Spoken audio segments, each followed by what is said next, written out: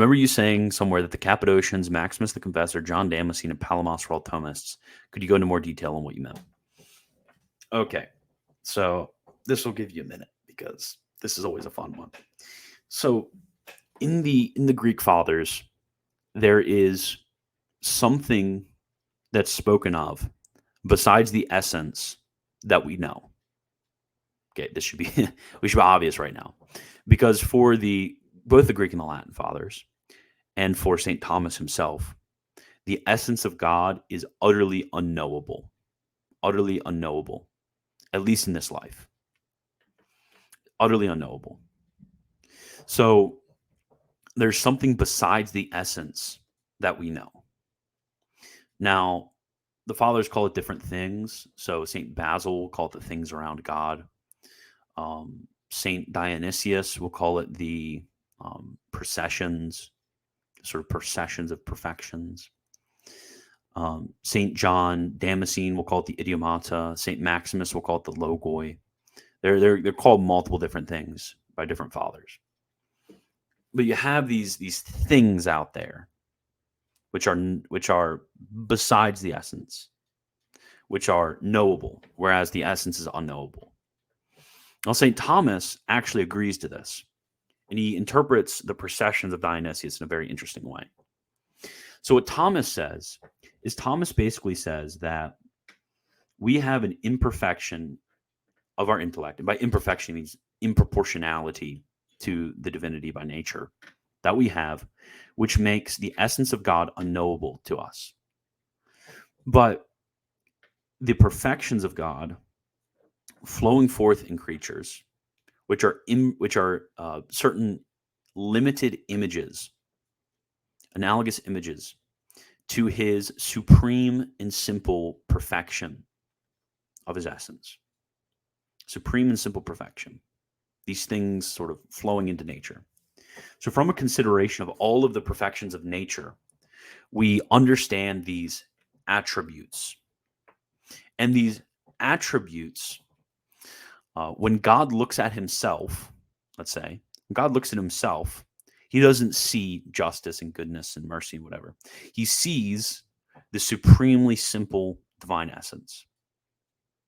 Rather, the dragging down of all of these multiple different attributes are due to the supreme perfection of the divinity coming into contact with the limitedness of our intellects. So we know that which is simple under multiple different aspects, if you want to put it like that. So St. Thomas, he has this very interesting language. He'll use in sometimes, but actually the language that he usually uses is he'll say that the attributes correspond to the divine essence. They correspond to the divine essence. So these perfections which flow forth into creation correspond to the divine essence. Because the divine essence is up here. All the perfections flow forth. It's kind of like we can think of, you have the white light up here, comes through a crystal, and then beams out into all of the colors of the rainbow. So we know the colors of the rainbow down here, and there's a correspondence between the colors of the rainbow and the white light, but the colors of the rainbow are not in the white light.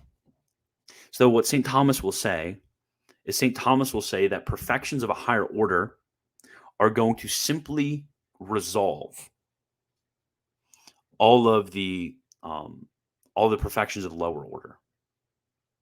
So all of the perfections that we know truly correspond to the divinity, but they aren't in the divinity as, attributes.